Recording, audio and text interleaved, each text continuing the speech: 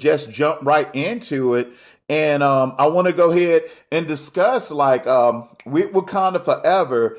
I want to know what were your thoughts on Coulter and Marvel and how they honored the late great Chadwick Boseman. Well, let's just jump into that part of discussion. How did you think Marvel did in terms of honoring his legacy?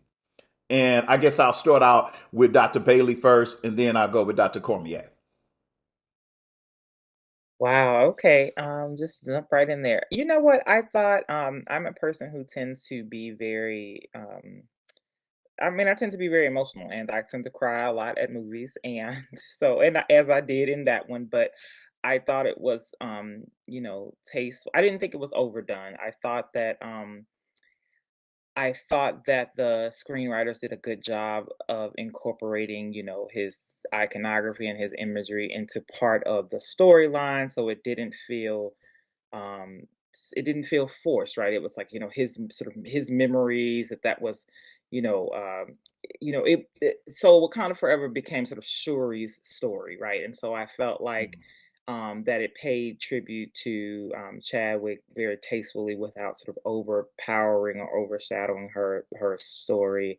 And then, of course, I guess we'll probably get into some of the other aspects of the performances and stuff later, but I do want to say just like it was so powerful thinking about a mother's grief at losing their son and how to me how palpable, even though Chadwick wasn't sort of literally her son, I felt like Angela Bassett did a great job sort of channeling, the collective loss that I think Black people, felt at his passing. So it's just like, what more am I expected to lose? It was just so moving and touching. So I thought it was, I appreciated it. I thought it was well done. All right, Dr. Comey, same question. Yeah. Yeah. Well, again, thanks for having me on the panel. And, I'm a person who watches a lot of like movie review and breakdown videos. So some of my stuff is going to come from there as well. Hmm. Uh, but, there's a lot of speculation beforehand, within the movie predictor people, how are they going to talk about, Black Panther's death? What are they going to do? And they did what I wanted and what I felt was most appropriate, right? They they went straight into a long take of Shuri trying to figure out the science behind trying to save her brother, but her brother was ill. That's all we need to know. Honestly, it's probably just like in the real world, cancer, right? But they didn't need to harp on what it was, right? It's not going to be, some people mentioned vibranium poisoning or, cosmic rays, or it doesn't have to be that because it doesn't matter, right? It Right. doesn't matter. They've lost their king, who is, and like Lapita said, yeah, I'm going to call them sometimes by their real names. Right, Um, right. That's what we do as black folks. Be like, yeah, that guy. Right. But Lapita, like she said, everyone else, she was a king, but and a leader. But to me, he was more. And I think that introduction of Shuri's frantically trying to rely on science to deal with this problem, and to the celebration, right? The Right. home going, was very much akin to, of course, African American stuff comes from Africa, and like the New Orleans second line, which is sort of the popular expression of that sort of celebration of life. Even though as they walk through the streets, the family is truly mourning, and they had their wake and their true burial in the forest, but to the community, it was a celebration of his life. And I Mhm. think it was very meta because that's what we wanted when we came. And then you could hear a pin drop when they did the Marvel logo, and they had Chadwick Boseman in there just like they did for Stan Lee when he passed. And it was that made it real. That was like, remember, we are talking about Chadwick as well. Yeah, that was amazing. I would say too, in addition, like I like the fact that I was looking at the color scheme and this color scheme being all white, and I know for some people that's more Americanized, some people may say, well, why wouldn't you have black in a funeral and that sort of thing? But in a lot of African cultures and that sort of thing, white is the symbol that is often used to celebrate the homegoing and that sort of thing. So I really thought that they did a great job for both Chadwick as well as for the Black Panther to have that. It just really got me in tune into the movie right away. So, you know, well, speaking of which, I want to start thinking about, since we're on this whole topic of legacy and that sort of thing, because what we have seen is the way that Marvel has honored and keeping this legacy of Black Panther alive. I want to go to like the end credit really quickly and looking at the passing of the mantle from Chadwick to this young Black Panther, his son, who was named Toussaint. Great name, after the Haitian revolutionary leader, and realizing that his Wakandan name is T'Challa. Now, the question that I have, especially you guys know that my background is oftentimes in hip hop, pop culture, and in fatherhood. I want to talk about what impact do you think that T'Challa Jr. will face, in a sense, growing up fatherless? And so I'm going to go with Dr. Cormier first, and then follow it up with Dr. Bailey. So, what impact do you think growing up fatherless will have on the new king? Yeah, so I am a new father now, and Okay, congrats, congrats. thanks. Try and get some sleep. But you know, I was thinking about this on the way. So let me just talk about it from a Marvel standpoint at first. It's no coincidence that they named him T'Challa as well. They could have named him T'Chaka, grandfather, or some name that you would have to dig into the comic books to find. But I think they did so very purposely and intentionally because one, the T'Challa in the comic books, correct me if I'm wrong, but he doesn't have children within the 616 main universe. Correct. And so to the audience to literally name his son a junior, to the audience, that's them saying that he's going to live out his father's legacy, just like Killmonger. Killmonger Mm. lived out the exaggerated form of Umjobu's.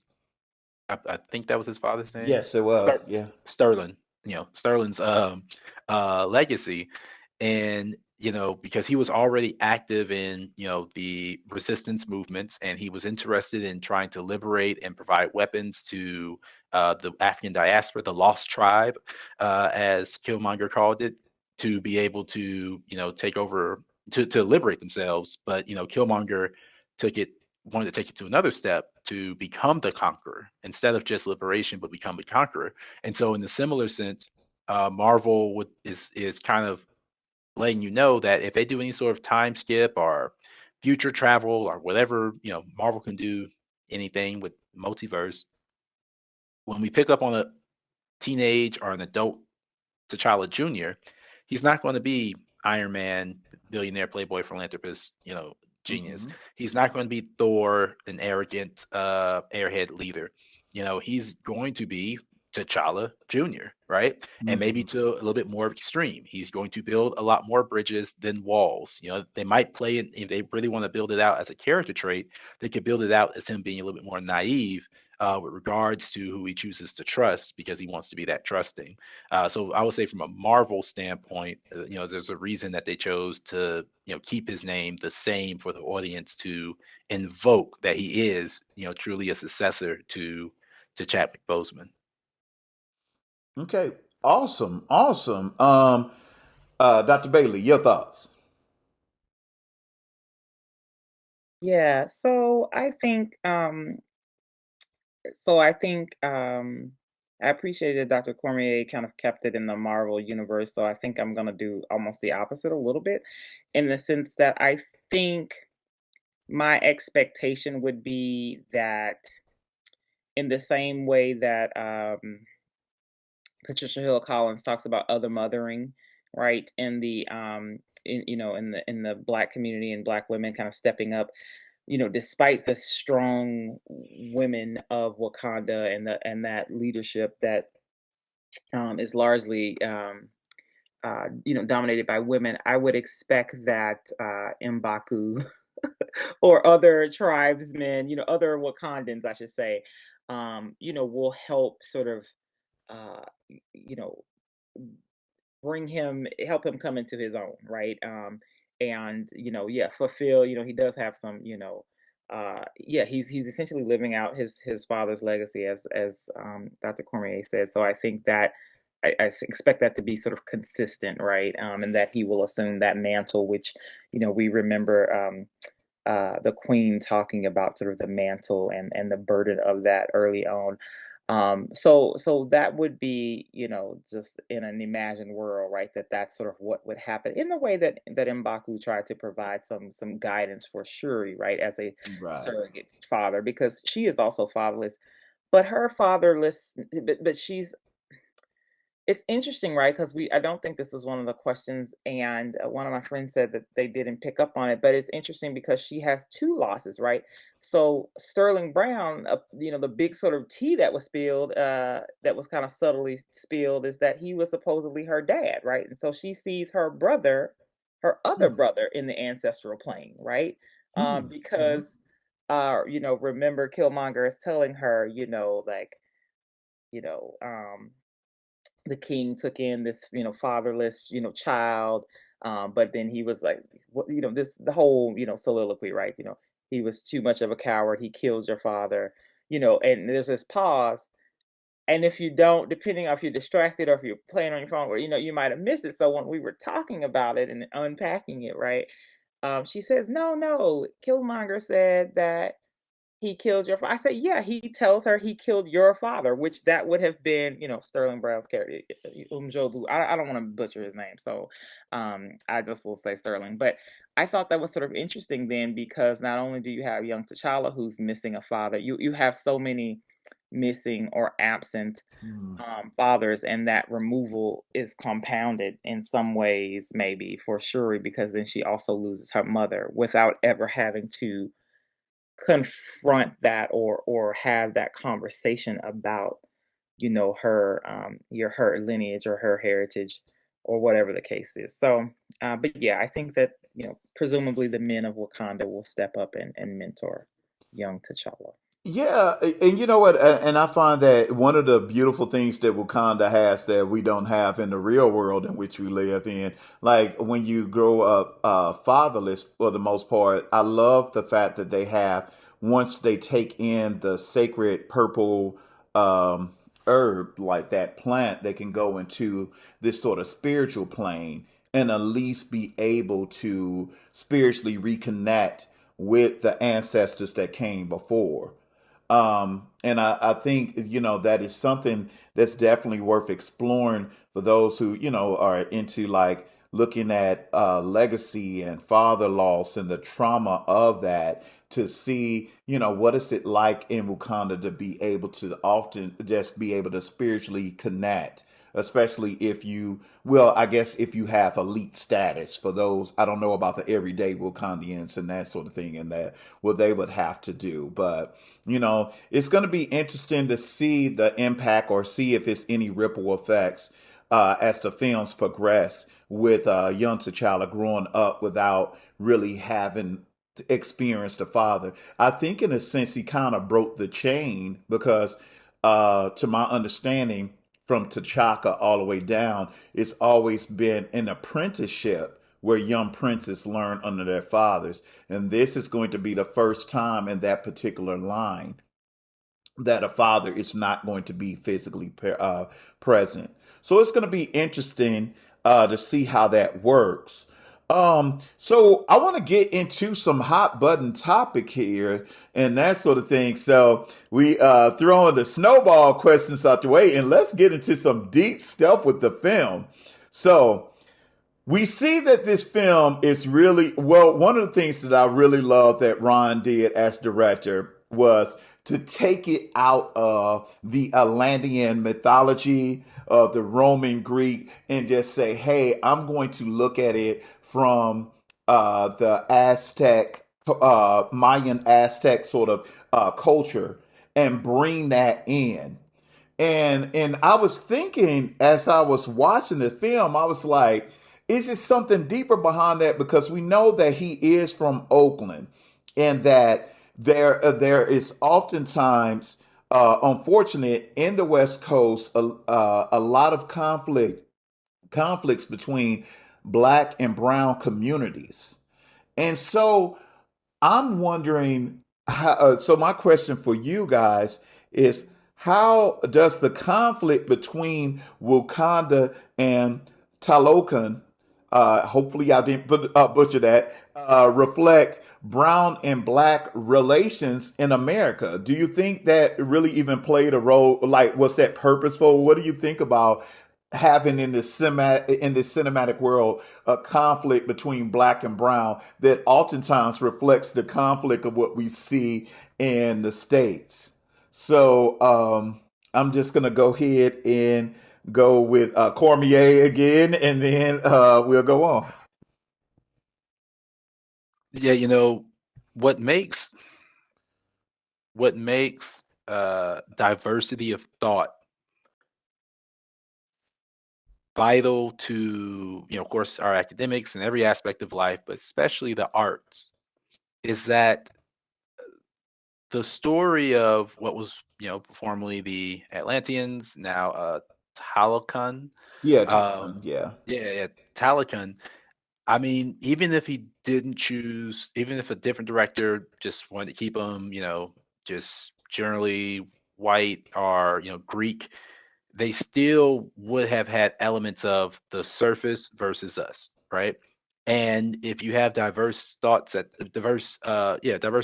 and thoughts at the table, they can say, well, we already have like real world analogies to this. Like we don't have to just stick with all white characters just because. There are literally many people, they could have done this well, it's very much akin to Native American, but they went a little bit more south, and talked about the Spanish, invasion and colonization. And it was funny when they had that that scene where they came on land, they saw this, the Spanish, I guess, conquistadors, and Hmm. I was just in my head joking like, wow, for a fragile a person of the European diaspora who's fragile about being part of that diaspora, they might like roll their eyes like, oh my gosh, we're the villains again, like we're the underpending of villains again. Well, I'm like, well, I mean, the things we do learn in history books, right, is that part of your ancestors' conquests included coming onto new land, and you didn't come onto new land saying let's share everything. And so, I think it was it was wonderful for Kugler to include this group that until now they the Latin Latin America, Central America, I mean more Central America representation has really not been in superhero movies, at least on a larger scale. Right. And like you said, he probably, because of his West Coast experience of, being in close proximity with Chicano and Latin people, that might have shaped, his interest in, transforming as uh, Atlanteans into Talican. And I'm not as versed on the West Coast, relationship aspect, but there are very similar things that Namor brought up is that, hey, they're going to come for our stuff eventually. They're going to come for whatever, the resources, vibranium, but that's just a MacGuffin, right? Hmm. It's an allegory that, they're going to come for us eventually. And either you're going to be with me or you're going to be against me. There's a lot of similar stereotypes and uh, discriminatory practices that Black people and Latinos face when it comes to policing or housing discrimination and stuff like that. And so I think it was fitting to have, this sort of real world application to a fictional. It's fictional, right? They're fish Right. people. We don't have to get into the science of, well, technically, yada yada. Like, they started out on land, right? Because the Spanish conquest was getting worse. Their shaman, who had a connection to, the spiritual realm, was guided to, tell them, y'all gotta go. We gotta go if we want to survive. And then they made a Hmm. survival Mhm. in the water. And to have, that danger follow you, 400 years later, because somebody up top wanted to share with the whole world, I want to be Mr. Nice Guy, T'Challa. I can see where Namor, or Kukulkan, would want to nip it in the bud early instead of having to fight, on terms that he doesn't want to fight.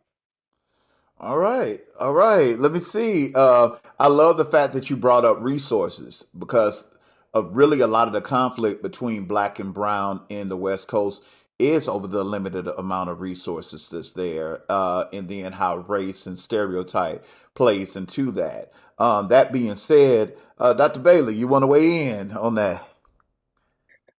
I guess, but I mean, at some point, we should kick the questions back to you. But yeah, I mean, I think, very similar to what Dr. Cormier said. I think that the interesting thing, which I love the comic relief that the character,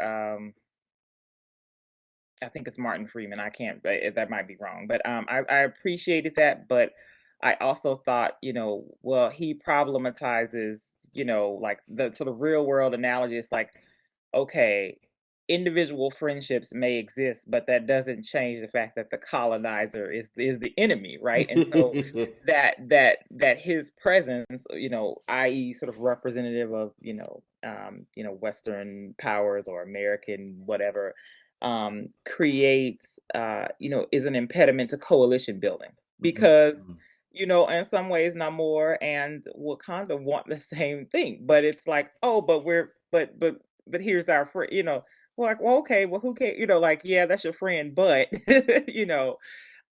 so I mean, I just think that um yeah, so I mean, I think that you see, the sort of real world, again, analogy is that, when uh, imperialists, or, however we want to talk about those, countries, and regimes that non-white folks want to exploit black and brown peoples, in large part because they want to acquire the resources that they have, be they material resources or in terms of actual the labor of black and brown bodies.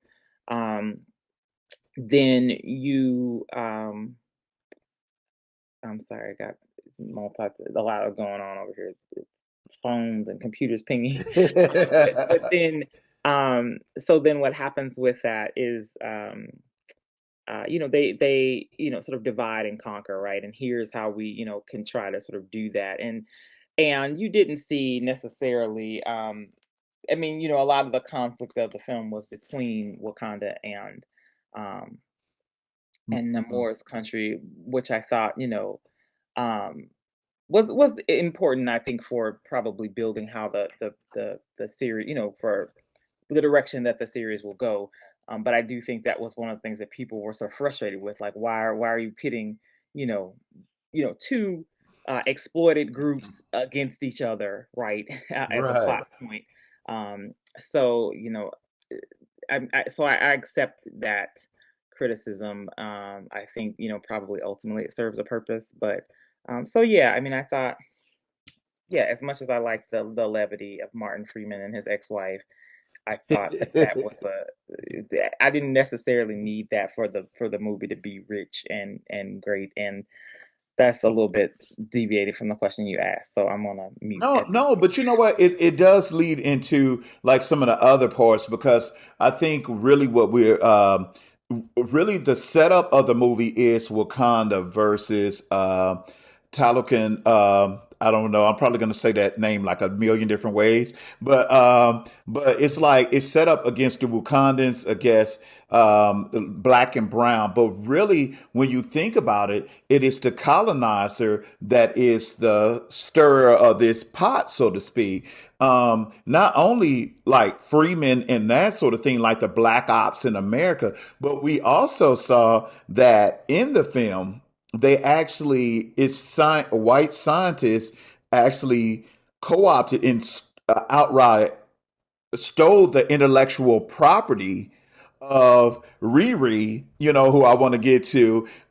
They stole the information, and on top of that, told the young girl that this wasn't a good enough presentation or good enough work, which some of us in academia can certainly connect to. Oh, it's not good enough when we're doing the research, but when someone else is doing the research that looks different from us, now is, well, Nobel Peace Prize worthy. But anyway, they stole the technology. And on top of that, then you had, which I find very interesting, America and France that were both involved with secretly trying to invade Wakanda for these resources because we want to have something that black and brown people have.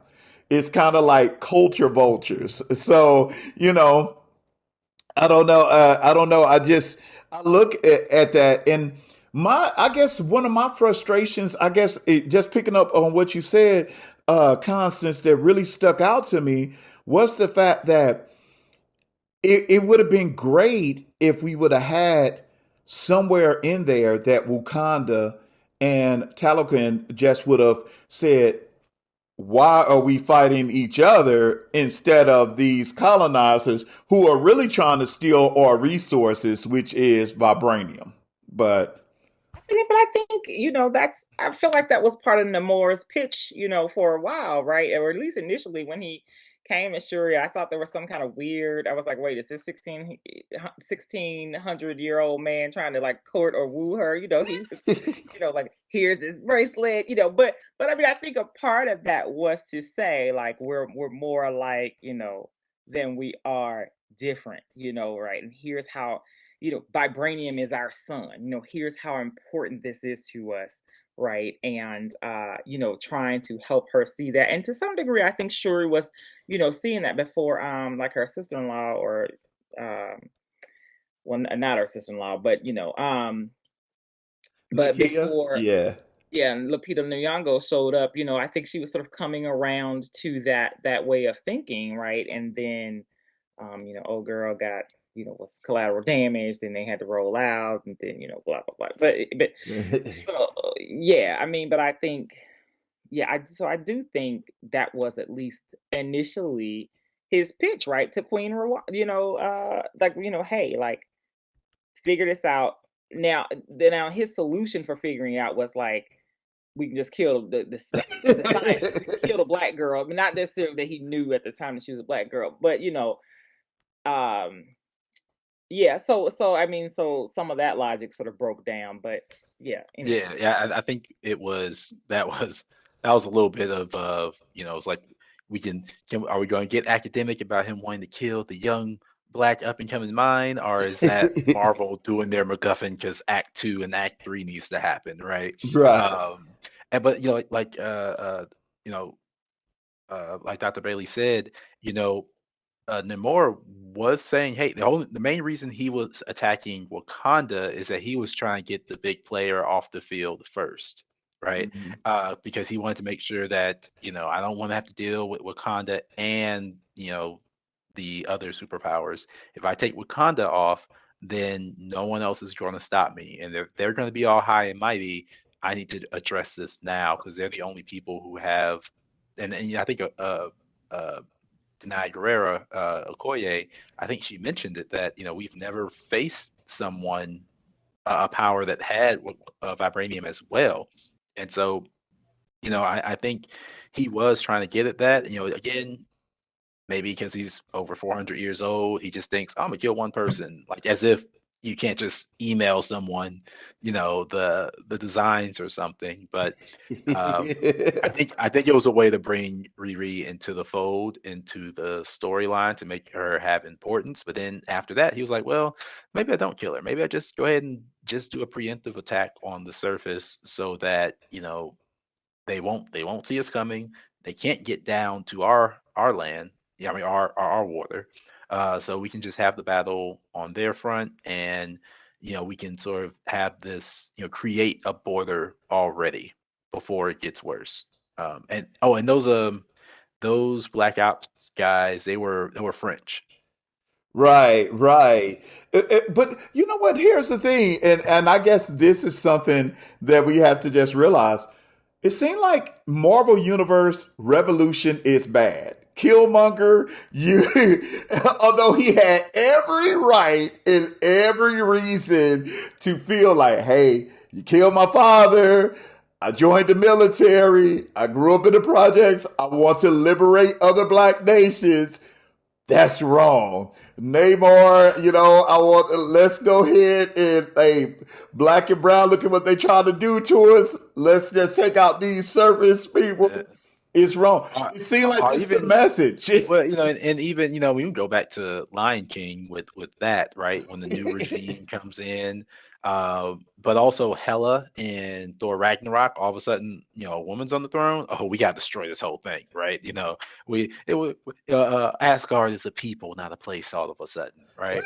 Um, but I I'm think Oh, I think it's that status quo that is, even rooted in the historical aspect of movies from where the back in the day, I think it was the Hays Codes, where you had to kill the bad guy at the end or the monster at the end of a movie so people won't think the monster's running around.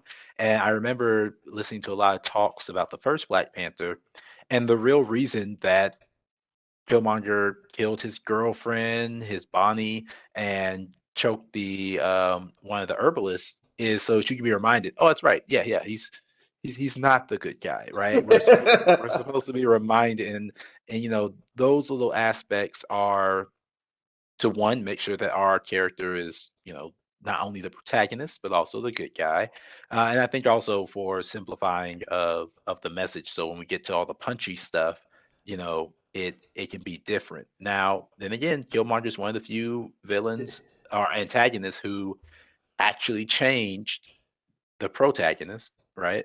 There's Yeah. very few villains who have done that, uh, and I think it's rooted in that sort of story, but also in a lot of probably our American assumptions of things, where certain revolutions are cool, but if you're trying to destroy the surface dwellers, are the descendants of the colonizers, then maybe you went a step too far. It's funny, in the comments, Quindarius says sometimes revenge is good. I know. I just want to. I'm just gonna say this. Okay, go For me ahead, Quindarius. personally, I'm just gonna say this. For me personally, I when Wakanda said they were isolating themselves more, I said, you know what? Good for you. You all do you. You don't need America. Next thing you know, America needed Black Panther, and then all this we do. But here's the thing. I actually liked Commander. What was his name? Killmonger. Killmonger. I liked him before I found out about him being related to T'Challa. I'm like, you know what? I like that he's a little bit edgy. He's a bad guy. He has some part of Wakanda in him. I don't know what part. And then find out that he's related to he's technically related to the king. And you're like, you know what? I would have done the same thing. Because T'Challa technically tried to get revenge on Bucky. Right? He technically did the same thing that Commander did to him and that Shuri did to To Namor, yeah. Yeah, Namor. So yeah. technically, Yeah, that's a good Revenge is point. technically rooted in family decisions, but also the fact that instead of Shuri seeing her family, she saw the one person, the only one that really had no great impact. Yeah. You know what? That you bring up a very good point, and I'm glad you brought it up because what stopped Siri really or Shuri from really, you know, killing Namor, which I'm glad she did not do, was the fact that she wanted to, you know, fall in line with, you know, the idea of being noble and, you know, and follow the Wakandian way and that sort of thing. And that brings that brings me to my next question, which is this. Let's consider for a minute because Ramonda, played by Angela Bassett, is one of the powerful leaders, and Wakanda has tons of women that are strong leaders. Um, do you think the film is suggest like the fact that now I want you guys to consider the fact that Wakanda is the only nation that was not colonized. They did not experience the colonial experience.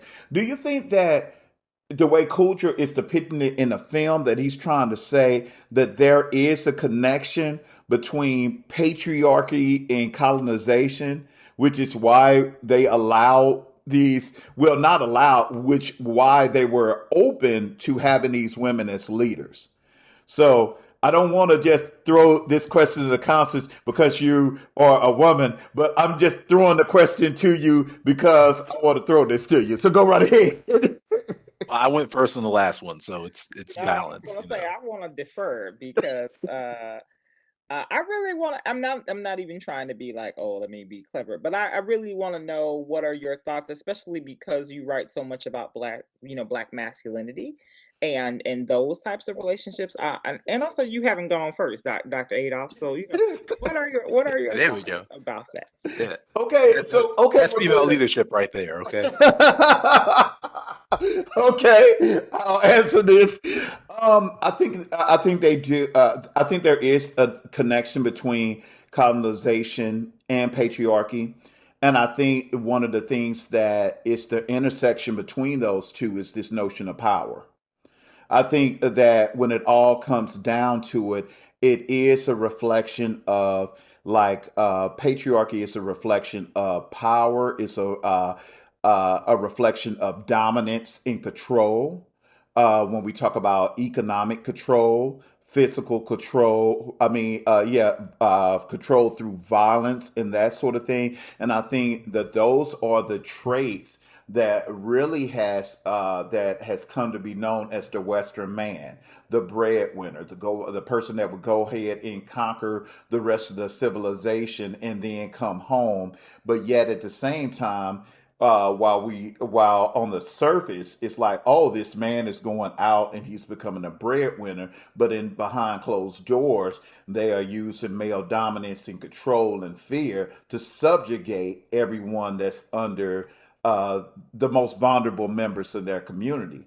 So I think personally, I think that in the film Wakanda Forever, I think culture is really looking at what would have happened if we have an African nation that did not face colonization, that was not infiltrated by the colonization, and also this staunch version of patriarchy. And I think the film, by showing women in these fantastic roles as merchants, as Suri being the head of all technology, Rumanda running Wakanda and all of that, and no one even batting an eye, unlike the Targaryens in House of House of Dragons. I think it's trying to show that there is an intersectionality between colonization and patriarchy. That's my thoughts on that one. So yeah. Yeah, I mean, I so. when I saw the question, I thought it was a really intriguing and, I think it's an important question. It's not one that I had previously thought about, and it's not one that I would even say that I have. I certainly don't have a more articulate response than that. I will say I do think that in terms of sort of dynamic women leaders and what the film is doing, I appreciate Shuri because she is subverting and rejecting a lot of Wakanda for all of its technologies is an African nation, right? And when we think about even the heart-shaped herb and the presence of spirituality and this idea that Queen Angela Bassett. I'm just calling everybody by their real names, right? But but Which she is the queen in real life, yeah. exactly, exactly. But she's like, and this, your brother's presence comforted me, and sure is like that wasn't, like that's something your imagination created. When we think about logic and empiricism and rationality, we use expressions like man of science, right? We use those traits, and masculinity is the way that they're associated with masculine energy, or however you want to say it, versus in this sort of dichotomy you will have women being governed by intuition and spirituality and all these intangible things, and Shuri is saying or rejecting that and sort of flipping it on its head, right? She becomes a ruler, but science and technology and rationality are her governing traits. And so I think, and this is moving a little bit away from the question about the relationship between patriarchy and colonization, but I think there's still kind of a tenuous connection. But so anyway, I think that in some ways, Shuri embodies the best of both worlds, because by the end she has come around to both. Like her brother's presence comforts her at the end, right? And she's able to recognize the importance of both, that whether we deem them masculine or feminine or not, but traits that are coded as sort of being feminine traits, right? And so she's embracing that. I think to in a way that will make her a more sort of capable ruler, right? And so um, yeah, so I think those are some of my thoughts about the women leaders. But yeah, I mean they're all badass. Lupita is the ultimate spy. James Bond doesn't have anything on her because she's able to immerse herself in any culture. So it's just the representation of black women in that film is just in this film is just amazing. So Dr. Cormier, your thoughts?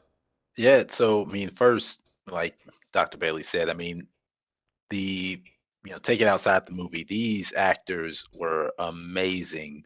I expect some acting nods to some of them. And well, first, what I appreciate about, again, having Ryan Coogler behind the camera and doing this Afrocentric from looking at it from Afrocentric perspective, you have the story of Black Panther and Thor. Both are princes who step up into kingdom, but Hmm. in one movie, we felt more about the country, the nation, and its people than we have in leading up to Ragnarok. Three movies with Thor, because the Eurocentric worldview and value set has the individual over the collective. Hmm. you know, um, you know, uh, yeah, and we and in American society, we these are value sets, so nothing is wrong with that, right? Don't If everyone jumps off a cliff, will you do it too, right? You march to the beat of your own drum, that individualistic perspective, and because Thor's storyline is innately linked to that. It wasn't about him being a ruler or his connection to his people per se as the focal of the movie. It was about him learning to be a better leader and a more humble person with power, right? Right. Uh, then you have Black Panther's journey, and there was something from the first movie that I loved because when I taught Afro Psych, it reminded me of like, oh, collectivism, I am because we are. I believe it was T'Chaka, his father, who said, "You, uh, a good king keeps, the people keeps good people around them, or you are the people you keep around you." Mm. And from the moment he said that, I began to recognize in the movie that he was surrounded by women. Now, of course, from a story point, you have his love interest. The comic book had his Secret Service as women. So in the sense, you could have had more male characters at sidekicks, but you just didn't have. You had the room, but you just didn't do it, right? So to have these women there, I love that it was organic. There were some moments in Captain Marvel or even in other shows where they're kind of not even winking and nodding. They're kind of poking you with, this is about women's rights. This is about, women's liberation or, first wave feminism, uh, it's kind of poking you with it versus this is the natural state of things. Now, I will give you a little pushback in that, I mean, the arguments, the only other guy was a guy who wanted to fight him for his power and who didn't respect that Shuri was young and a woman who scoffed at traditions, and didn't take stuff seriously, So the only other guy that was there was somebody who was combative to him.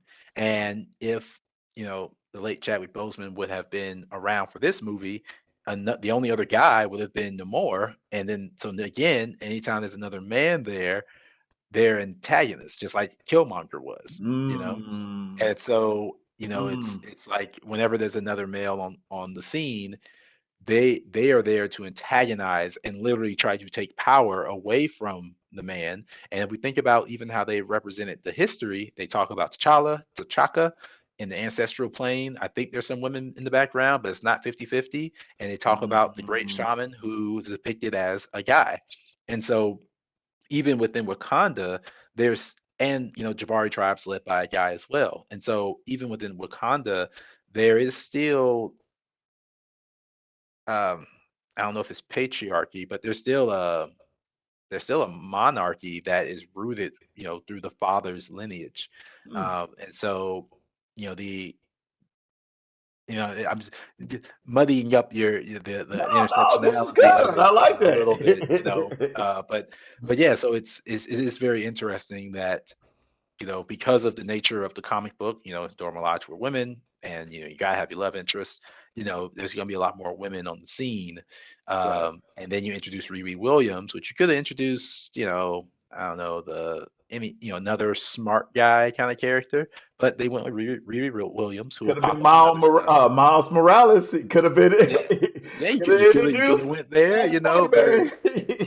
but I'm glad they showed this, but they also were dynamic and had their own, conflicts. And I loved in the first movie, Denai is talking to Lupita, and it's like, oh, you can just leave. You're a spy. I'm loyal to whoever sits on that throne. And so like, they were still able to have their own dynamics. And Shuri being, I guess somewhat of a atheist or agnostic at the beginning, like she's dynamic, and of course, Queen Mother Angela, I mean, she's just dynamic, period. So I don't know why. I just thought about something, man. They did a good job of dispelling a lot of stereotypes, but one stereotype they kind of missed the ball on. Why did Angela have to die from drowning? I'm like, what is going on? Why black people can't swim, man? No, that wasn't it. She swam. I'm She swam saying to get this. Riri. Now, wait a minute. It wasn't that she couldn't. It was the confluence of events. But I know what that stereotype is, and that black people don't know how to swim, and I am against it. So against it. Right. It's that so small reminder that Marvel's like, oh yeah, hey, I know a lot of African Americans are going to be watching this. Yeah, you all come from Africa, and your ancestors didn't know how to swim, and they have so heavy let's bones. just kill off the queen by drowning. But she did swim to get Riri. So I just think the building a lot happened there. But I really do want to revisit Dr. Cormier's point though about it's interesting about that monarchy and the lineage, because if it had been revealed that Sterling, that Unjobu. I need to go to Yeah, IMDb. it's in Jogo. You're right. That was her father. She wouldn't have, just like Killmonger. Well, Killmonger was eligible because the king had died, and so he would have been of royal birth. But it wouldn't have gone to a woman. It wouldn't have gone to her next because she wasn't technically the king's father. It would have gone to like a cousin. It would have gone to a male No, descendant. no.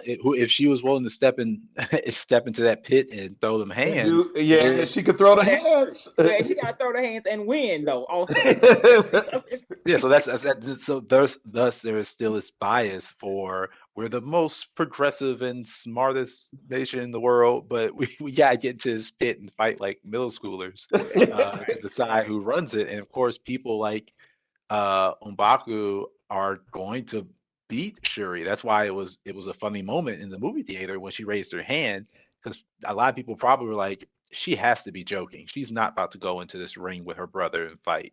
right. Well, this is another random. Your comment makes me have another random question for y'all. So when Okay. M'Baku drops down out of the plane, right, and Shuri's not going to be there, and he says, like she's not going to challenge today. Who is he about to challenge though? Because they're convened. Like if he's her stand-in, who is he? Who's the person? I was confused. Like, No one is going to stand up and fight Mobaka. Unless Namor, that's the That's only murder. one. Namor That was the is only one who could son him, but okay. Let me let's just be say this. real. I'm just gonna be honest. If any of us were in that movie and any of us had to go against him, I promise you, I'm leaving the ring. I am not about to. I have enough sense in my body to be like, if I'm looking at him, he is going to murder me. The man has clubs, 2 giant clubs that he can just basically bat you in the head in. But it's interesting because all of those tribes, for at least several generations, have always just, assumed that, the lineage of the T'Chakas or the T's would be in power. That Mhm. they do have some people ready, like the guy with the more Maasai kind of sun thing around his head. He Mhm. looked like he was ready in case they actually wanted to do something. And so when Baku steps up there, I think that, it's implying that even if somebody does step in the ring with him, he's going to win, and thus he will be the new king, while Shuri doesn't have to worry about the leadership, but she can be the protector of Wakanda. And so you still maintain this male leadership, and the behind every strong man's a strong woman. She's literally strong, and so now she's the protector of Wakanda while he is taking the kingship. So now I want to go ahead and flip the questions and just go ahead and look at it. I want to talk about the technology. I don't know if any STEM people in the house or not, but if you are a STEM, go ahead and drop some in the comments. Let me know. But I want to talk about this whole idea of this.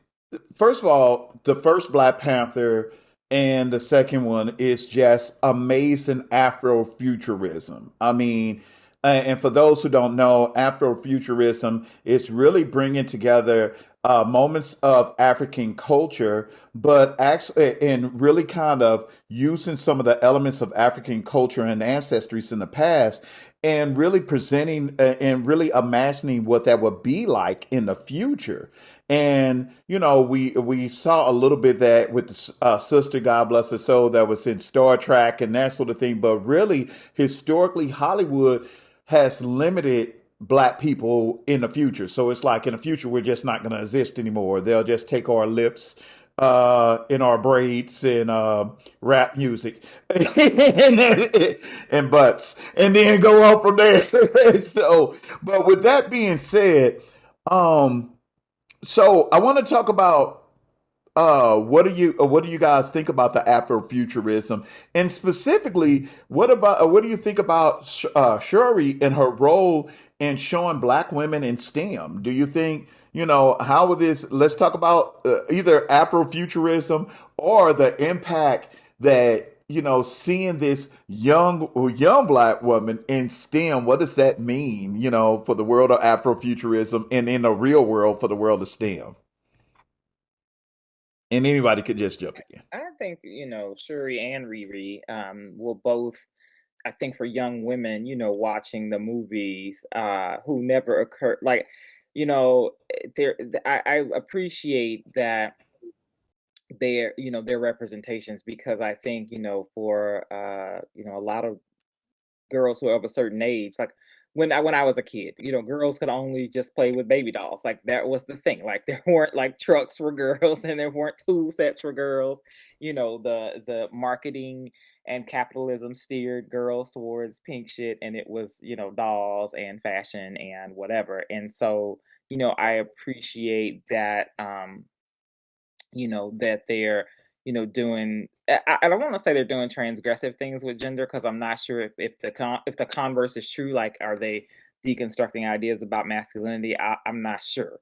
But I definitely love the representation of women in STEM. But it's also, I mean, they got vibranium, so they're high tech. I mean, they got what else are they gonna have, like doing woodwork and arts and crafts? I mean, it's like, I'm not, like, what else would they be doing? But so yeah, I think you will see. I mean, obviously correlation doesn't equal causation, so you could never, well, I shouldn't say you could never know. You probably could. Some people could do some case studies and say, like 10 or 15 years from now, like, why are you majoring in such and such engineering and blah blah blah, and so maybe someone will do that data and unearth it, and people will say, hey, I watched Black Panther and I saw, such and such build Iron Man suit from from scrap, Right. and there might just, might be anecdotal, but I'm sure there will be some people, some girls who thought, wow, that never occurred to me. Like, okay, so I don't know that it'll be overwhelming, but I certainly think that it will have some influence. Yeah. Yeah, and Mm-hmm. and I would say that the two actors themselves, like they show up to a, I don't know, girls' code event, that'd be awesome. If they show up to this event, that event, they're doing the Disney commercials about girls getting active, that's awesome.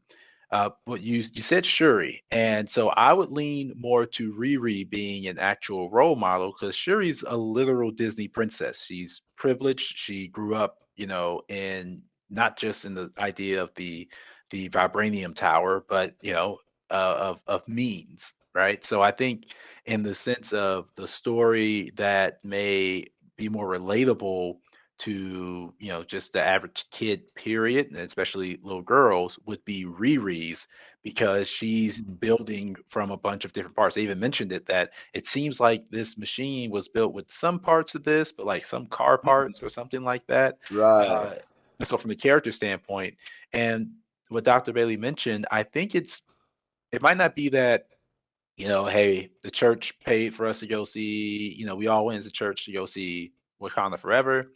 And then I applied to grad school. I don't think it's going to be that direct, but I do think that if someone is running a culturally competent, or they're revamping and continuing to the reinvigorate their STEM programs that might be geared towards, let's just say, Black kids in general or girls in general, then they might pull those as examples. They might have their pictures on the wall of Right. Ironheart in the suit, just like you go to a daycare, you'll see Big Bird and maybe Spider-Man and the Hulk. I think Right. it will be used not so much as like this sort of strong effect correlation, but maybe as like a moderating effect of, like, I was in the STEM program, and during the program, to make stuff fun, they incorporated pop culture, and we watched some parts of these movies, right? Right. And now when you say that term, we watch some of these movies, you will see that there are Black women, actors taking on the scientist role, being skeptical of the things they can't touch, are tangible, are quantifiable. Um, like I said, when they expand Riri out more in Armor Wars, we'll get to see more of her background and stuff like that. And so I think it becomes, that element where it's not because somebody saw Black Panther that now they, I don't know, want to go to college or something like that. But as they continue to go through college prep programs, Wakanda and Black Panther are just kind of thrown in, right? Just like, oh, you're a little Einstein. Like, we won't have to say Einstein anymore. We can say, oh, you're a little T'Challa now, you little Shuri. Okay, and I see Quindarius, and then I definitely want to come back because I got two things I want to talk about this Afrofuturism. Go ahead, Quindarius. Okay. When you said that Siri does not fit it, that is a huge. Yes, she's a princess. She's been given everything that she wanted. But the thing is, Shuri's talent is technology. She was the one that created T'Challa's suit, the beads, weapons, everything that they use in combat comes from Siri. And yes, she doesn't fit. Yes, she's sassy, arrogant. She doesn't really believe. I wouldn't call her atheist. I just believe that she is usually, religion. She believes in technology and not in. She's not. She believes in the spirits, but she relies more on her technology. That works best for her. Riri, yes, I like her. I wasn't drawn to her as much. Why is that? And I feel like for me with Riri, it's more like, yeah, we see that she's becoming Ironheart with the suit.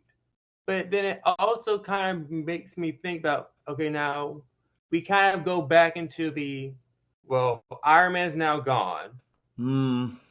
Let's replace her with, they start replacing Tony with Pepper Potts. So it kind of feels like, in a way, if we're doing Ironheart, that means now we got to try to go and explain what happens to Pepper for her no longer to be Iron Patriot, or I think her name was Patriot in the Marvel books, comics. Yes, Patriot. But then we got to go on to how, Pepper decided to step down, and now Riri is now deciding to take this next step to become Ironheart. But you actually have where Siri, at the end of the first movie, was one of the main people that helped T'Challa start the program in New Jersey. So it's like, kind of give her respect as, he said, yes, she's a some princess. respect on Shuri's name. Some respect on Shuri's name. Yes, she's a princess, but she can still whoop somebody's behind. Hey, look, Dr. Butler, I'm not saying she's not competent. I was just alluding to if we're going to talk about the character being an avatar for the viewer, I think Riri's backstory, when we get it, is going to align a little bit more with the viewer than Shuri's backstory. 'Cause like you said, I love that you brought up, like, literally she did build all that stuff out, so she is competent. She is on her stuff. And I was just saying, like, because you were saying about how does Shuri impact women in STEM. Yeah, I was saying that when it comes time to look at the background, it might be a little bit different for looking at Riri's background and relating to that. Like, you think about a young girl in Chicago right now, right. they might latch on to Riri's background, but Shuri's competency, as like what they want to be. And honestly, I think Riri's, I was, she was kind of annoying to me too, but I think because I'm getting old, and she's a different generation. So she's playing this childlike, excitement and such. Yeah. So we just getting old. But here's what. Okay. Oh, go right ahead. So the one thing I want to say, and it's not even really a pushback, it's somewhere in between what both of you all are saying, is what I do appreciate about Shuri for those for the critics, and I'm a person who just tends to love kid movies, even in spite of like, yes, there are all these horrible gender stereotypes. Yes, there's all, blah blah blah. But for people who objected strongly to Tiana as a working class Disney princess, right? I appreciate that Black women work hard enough as it is. So if she gotta live the life of privilege and lay up in her vibranium tower and play with her gadgets, she has a privilege relative to Riri, right? She can tinker around with shit all day because she ain't gotta think about food. So no, she don't have to think about nothing. All of her material wants are taken care of, which is how she gets to be so, like I think that's a part of how she got to be, it's two different models, right? Riri got to be so good because she was working with her dad and they just had shit laying around and she got to tinker with that because she didn't have no childcare or whatever. She was in the dad's shop all day and she's playing with all these parts and she started putting shit together versus Shuri who's just, in the tower. She ain't got nothing to do. She rich. She living her best rich life. And I love that, like, so it's like, that's excellent. Let's I agree aspire with to, you on to that. just, to be that kind of princess and live in your, fictional ivory tower. Now that may or may not be So you're realistic. saying let's leave some room for the professor kids. They want to. Well, not that we are in a vibranium tower either, because we would probably be in a working class citizens. But Yeah. hold on, I gotta say this one part though. I think, Dr. Cormier, I think you're a little bit wrong when you say that people won't watch the film and say, hey, because of Shuri and Riri, I'm going to go into STEM. I am living proof because of Jada Pinkett Smith and her role in It's a Different World. Yes, I'm dating myself.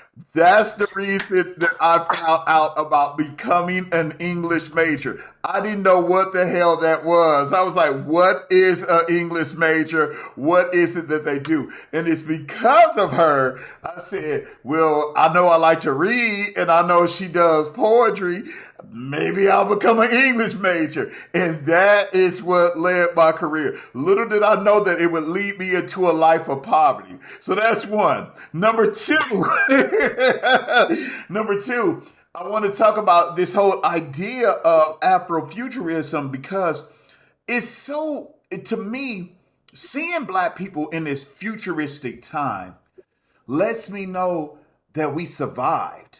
And not only did we survive, but we thrived. God bless, rest in power to take off. But when we see like young people and Breonna Taylor and that sort of thing, when we see young black people not getting the privilege of growing old, to me, it's just so powerful to see us in the future. And not only are we still alive in the future, but we have thrived. We have made it. We got vibranium, y'all. So, so that's just my take on that. I know Quindarius. Oh, by the way, Quindarius is a student at the Atlanta downtown. So I Yep, saw that I you am wanted downtown. I say what? I am at the downtown Olympus, and I do Right. not like it. So I saw you wanted to jump in one last time, and then I'm gonna hit everybody with the final question. I do actually. I like the future. I when we first see Wakanda in the first movie, I said, well, it kind of is like that. It's that kind of that question of how you asked about colonism. If Mm, Wakanda was the only country in the universe that didn't get colonized, right. I feel like that would have been the vision of how Africa would be. Hmm. It's kind of like that if question of if Africa had not have been colonized, Mm, how would it evolve? We have mm, all of these all of these tribes coming together. We have where it's not where you see where they're answering to no one else but themselves. Mm. They have said we're our own country. We do our own ish over here. We don't try to tell us over there, United States of America, Russia, whoever other country you are, you're not in the Wakanda country. You're not in our boundaries. So back off. Right. We'll let you know when we need you and when we don't. But it kind of also makes it seem like it also brings us to how we are as people, I feel like as a race, we all kind of want that same dream of in the future, we have our own stuff, but it's not where we need to answer to anyone else because we worked hard for it. It also brings up, I talked about this in my research methods, not my research methods class, but my social science American crime problems class about it. And I said, well, if slavery never happened and we were allowed to be ourselves in Africa, we would have seen more of us being lawyers. Some of us, we would have had more of a leadership role than having people tell us, well, a black man will never get to become president, and we have Barack Obama. We never have a female vice president, but freaking we got Harris at BC, and she's part Indian, part African American, and she's a female. So it's possible. But in Wakanda, it gives us that sense of no one's going to tell us, no, we can't do this, because no one's likely going to ever be in that position. I mean, I think you bring an excellent point. That whole idea of imagine what would life have been without the European encounter. And unfortunately, many of us will never know what that is like because, what has happened. But you know what? This is going to bring me to the last question that we have here. And it's really talking about Coulter as a director. I love the fact that in the first Black Panther, you get an African American experience through Killmonger, and then the connection with Africa. Now he's done it again with extending upon the diaspora by now bringing Haiti into the mix, with T'Challa and that sort of thing. So I want my question, and which is the final question, and it's quite fitting because we're talking about we are FADA, Faculty of African Diaspora Studies. What are your thoughts about Coulter expanding on the African diaspora by including Haiti in the film? So, what did you guys think about that inclusion? That's my last question, and then I'll leave room for final thoughts. So. Go right ahead. For me, I'm just going to say it. I love the expansion of Haiti. I love the fact that we're just looking at, not only the war between Namor and his people versus Wakanda took place on the Atlantic Ocean, that was a part of the Middle Passage transatlantic slave trade, but you also have Haiti and the Americas. So now we're hitting like almost all the pockets of where Black people were scattered, and I love the fact that Coulter, just by adding Haiti, expands on it. So I don't know if that was by design or what, but I just was like, wow, this is amazing to me. So, you guys, your I thoughts about love it. Okay. I actually do love the fact they added Haiti to it. When watching the first one, I said, if they ever do another one, Haiti has to be added to it, and they delivered. We actually get to see how they went. I was watching before the movie came out. I was watching they were doing a Dateline thing talking about Wakanda Forever. And I'll say this. If they went into that much research into the Aztec experience, the designs, the culture, the clothing, and they did that the same with Africa and Wakanda, then when he said, I think we took too much more than we did, he did amazing. because you see these costumes and you're like, they're pointed, they're detailed enough to where you understand their culture and Wakanda's culture, but then you also see that despite the fact that they're two different worlds, two different countries, they have similar aspects to each other. Very good. Very good. And definitely, I love that cultural experience. He gave us like a cultural buffet. What, Dr. Cormier, what are your thoughts about the expansion of the diaspora in the film? Yeah, what I love about conversations like these, and I'll just say it now, is I wonder if sometimes directors or folks will listen to this and go, "Oh yeah, yeah, that's what I meant. Yeah, yeah. You see, that's why I put in the Atlantic Ocean, not just because it's we just randomly chose an ocean everyone knows." I like how you said that because Middle Passage, area, and that would have been the place that Killmonger was talking about to bury me at sea because my ancestors, knew uh, death better than bondage. Uh, man, okay, I'm gonna try to condense this. What I like about it is that if you look into Haitian Revolution, the concept, what one underpinning sort of rally cry was the fear of losing oneself to enslavement, right? Mm. And I'm big into the zombie genre, and that's where the zombie term, sort of came from by way of, through through Haiti by way of Bantu, uh, and the idea that some of the things that they were fighting for was to ensure that they didn't lose their souls and became husk of themselves, right? Because their valuable resource was their their bodies, right? And to be able to reproduce Mm. those bodies for enslavement.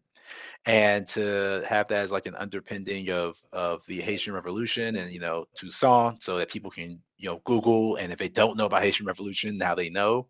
I think it also shows that Wakanda didn't experience colonialism, and that's fictitious.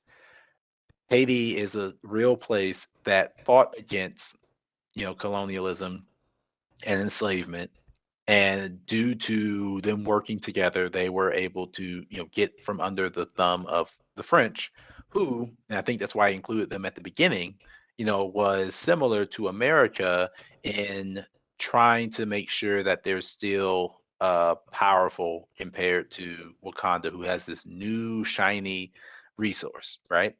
Maybe similar to how the Atlantic slave trade started, this new resource of African people who didn't sunburn, that they didn't regard as equals, and that they could ship over to Americas.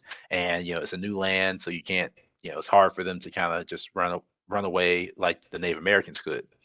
Um, and so I think it's nice to be able to tie in that real world aspect, in some breakdown videos or new rock stars on YouTube. I think the numbers that like on the door when they were in Haiti was the year of that the revolution ending. So they know what they were doing on purpose of setting it in that space. And I think it's sort of that, where does Wakanda go after this, right? Where does, just as Haiti had to do after their liberation, I think that rebirth is, I'm maybe putting it together myself, but I think it's great that they did include that. And if they really wanted to, talking about getting more of Tyler Khan involved, maybe he goes and looks at the Afro Latin, sort of experience, in Black Panther 3 or in subsequent, Marvel stuff. That could be interesting. But I do appreciate that they do include Haiti, and maybe that could lead to, I think it's Brother Voodoo. Oh Is that yeah, Marvel? yeah, Yeah, yeah. so that was actually gonna be my comment. Well, it wasn't gonna be about Oh, that character, although that is an amazing character. Yeah, but I was gonna say, yeah, I mean, I think Coogler is just not just this, but Creed. I think he's really establishing himself as just a wonderful, director And I do think that the inclusion of Haiti, and it's not just about diaspora, right? You could have had like a random Black British agent, right? Because we know African people were dispersed throughout the globe, right? But Haiti, I think, is so significant for all of the reasons that we just said. But then the thing I was going to add is that, and also because Haitian Vodou, Santeria and Candomblé, some of the other religious practices of diasporic peoples in South America and the Caribbean are so much about, in Vodou specifically, ancestor veneration. So I was thinking, what an appropriate place for Shuri to see her brother and to have a different experience of the ancestral plane. So that was what I was thinking. But then I forgot that you're right. There is a Marvel character, right? And also to your point about zombies, right? So that's I think Haiti specifically, because it's an island almost completely founded by former slaves, or formerly enslaved, and their path to freedom, which was difficult and hard fought, and still its potential is not fully realized. It just opens up so much in terms of place and space and storyline, and the least of which it could be the Marvel character, which would be great and amazing. I had completely forgotten about um, is Now it Doctor? he's from now, brother Voodoo. I He's couldn't actually remember if it was from Doctor or New Brother. Orleans. He's Yeah, actually from New Orleans, but we know that New Orleans actually does have a connection to with Haiti as well. So it would be interesting because he does take over. For those who are of us who are Marvel heads, he does take over the Sorcerer Supreme from Doctor Strange at one time too. So that would be interesting if they brought that. Man, Dr. Cormier, man, you on to something. Cool's gonna be looking at some Look, like, y'all heard it first here. I want some royalty checks. Okay, I want at least like some good seats at the premiere, very least. Okay. Look, I want a part of the next movie. yeah, I think you just gave Ron his script, man. That's super dope. With that with Need to that get in being contact with him.